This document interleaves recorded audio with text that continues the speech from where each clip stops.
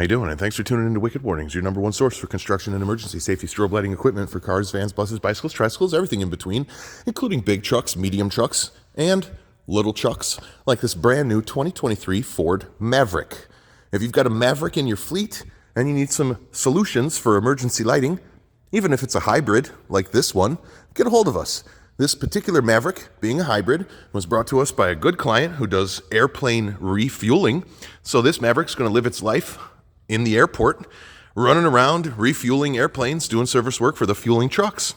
So we wanted a nice amber white package all the way around this vehicle, spec'd by the owner. We talked about what we were going to do, and in the front we have a 3-inch MPower quick mount with amber white alternating. That's a very easy light to mount right there in the middle belt line of that grille. A little tricky to run the wiring. You got to drill 2 holes in plastic and kind of bring it up behind the grill, but very easily done to run the wiring. Now, we extended those MPowers with our 22.5 and we ran them right inside to behind the switch where we synchronized them, set the patterns, joined the power, joined the ground, and that was all we needed to do.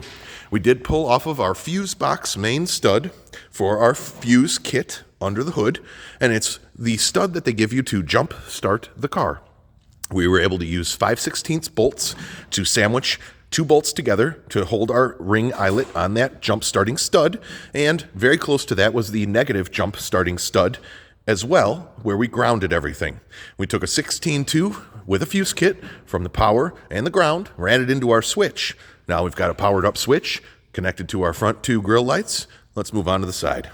Here you can see a little better shot of those grille lights. They do quite a good job on the front of this truck. And then you can also see our Mini-Hex in the side badge. Owner requested definitely having some warning on the side of this truck, so we went with the Mini-Hex because it flush mounted in that nice little side badge. Now, a couple of other lights might fit in that side badge, but I like how that Mini-Hex works, and you can get it in all amber or amber white as shown. There's plenty of room behind that badge to flush mount a light like this, and the wiring comes up quite easily right in the front fenders. So we extended each one of those Mini-Hexes, again with 22-5, and we brought them back to the switch and joined them up power ground with the front grille lights. No need to synchronize the Mini-Hex at all, so we didn't bother with that. We really only used the power in the ground in the 22.5. Behind the vehicle, this is my favorite part, we've got our 4-inch MPower right on the roof line there.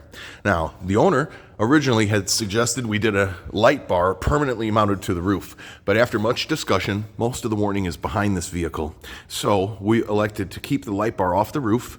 It won't get damaged or broken or torn off in any way. We won't have to poke any holes in the top of the roof, which are definitely harder to seal. So we did the MPower with a 35-degree wedge on the back of the roof line, and that puts that light just about vertical, so it aims very nicely behind the vehicle.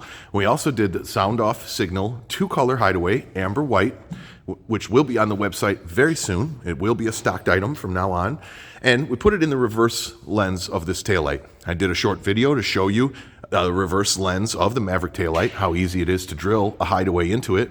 You could do a dual color or a single color. We elected to synchronize our taillights with our 4-inch MPower in the classic X pattern everybody loves. And because of the owner request, we did amber and white on all of these lights. So that's what we're looking at in the back of this. Here's a little close-up shot of that reverse taillight there. The Hideaway is coming in from the tailgate side, and we did need to mount it basically as far away from the bulb as possible because there is a stud for the tailgate retainer, I believe, that can inadvertently get in your way. So do check the video on the Hideaway.